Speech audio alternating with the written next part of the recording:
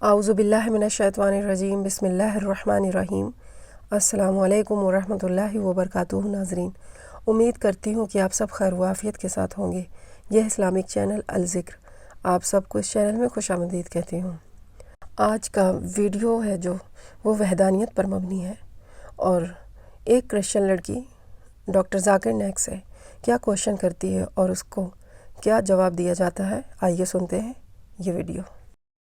Good evening, Dr.Zakir Naik. This is Mary. I'm a Christian and a banker by profession.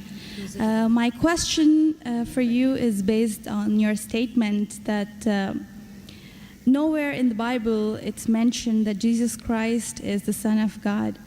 And based on my knowledge and understanding of Bible, I have picked up two verses to quote, and I would like only your clarification in the light of Islam.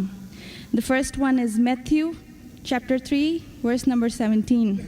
And lo, a voice from heaven saying, "This is my beloved Son, in whom I am well pleased." The second is John chapter 3, verse number 16. For God so loved the world that he gave his only begotten Son. So whosoever shall believe in him shall not die but have everlasting life. That's right.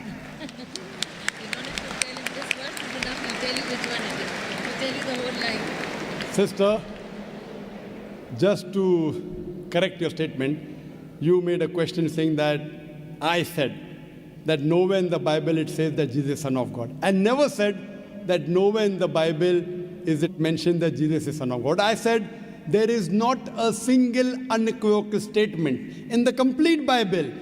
There is not a single unambiguous statement in the complete Bible where Jesus Christ, peace be upon him, himself says that I am God, or where he says worship me.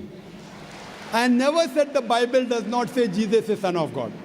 What I said, there is not a single unambiguous statement, not a single unequivocal statement in the complete Bible where Jesus Christ, peace be upon him, himself says that I am God, or where he says worship me.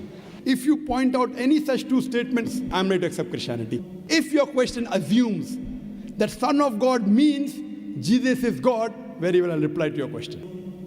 Many Christians think that just by the statement Son of God means Jesus is God. Sister, do you know in the Bible, Adam is Son of God, Ephraim is Son of God, Israel is Son of God. God has got sons by the tons in the Bible. That means you haven't read your Bible, sister. So do you mean to say all of them are gods? Is Adam God? Is Ephraim God? Is Israel God? No. Son of God, sister, is a statement used if you read Romans chapter number 8, verse number 14. All those that are led by the Spirit of God, they are sons of God. Means if you follow the commandment of God, if I follow the commandment of God, I am a son of God. In this way, undoubtedly, Jesus Christ, peace be upon him, verily is the most beloved Son of God. Meaning, he is following the commandment of God. I have got no problem at all. If you say Son of God means persons who follow the commandments of God, like it's mentioned in Romans, all those who are led by the Spirit of God, they are sons of God. If I follow the commandment of God, you follow the commandment of God, we are called children of God. Very innocent statement, no problem. So as far as your Matthew is concerned, 3:17 I have clarified. Now coming to your second quotation of Gospel of John chapter 3 verse number 16. But what the Christian missionaries say, no, Brother Zakir, Jesus Christ, peace be upon him, is not a normal son. He is the begotten Son of God. And they quote Gospel of John, chapter number 3, verse number 16. For God so loved the world that he gave his only begotten Son. Whosoever believeth in him shall not die, but have everlasting life. Sister, simple question. What is the meaning of the word begotten? He has given it. No, what is the meaning of begotten? He has given his Son to the people. No, sister. Begotten doesn't mean he's given his son. You know English, I know English. Your English is, mashallah, very good. Begotten doesn't mean he's given his son. If I say you have begotten a son. Sorry to interrupt. Don't give metaphorical meaning. English. I'm not a scholar. You're not a scholar, but your English is very good. I'm a layman person. And but sister, your English is very... If I say you have begotten a son, what does it mean? That means you have had sexual relationship with your husband and you begot a son. Begetting is a function of lower animals of sex. How can I attribute this function to Almighty God? Who did God have sex with? Who? That's the reason the scholars of Christianity, if you read the Revised Standard Edition, Revised Standard Version of the Bible, revised by 32 scholars, Christian scholars of the highest eminence, backed by 50 different corporate denominations, they say this word begotten in Gospel of John, chapter number 3, verse number 16, is an interpolation, is a fabrication, is a concoction, and they're thrown out of the Bible. So if you read the Bible, if you read the Revised Standard Version, it is the bestseller in the world.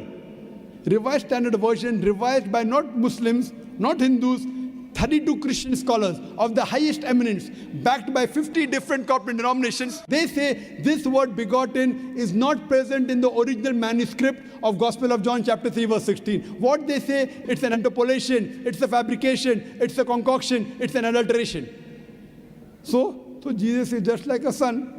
Like Adam was son of God, Ephraim was son of God, Israel was son of God. He's a prophet of God. So I've got no problem in accepting that verily Jesus Christ, peace be upon him, was a prophet and a messenger of God, but he was not God.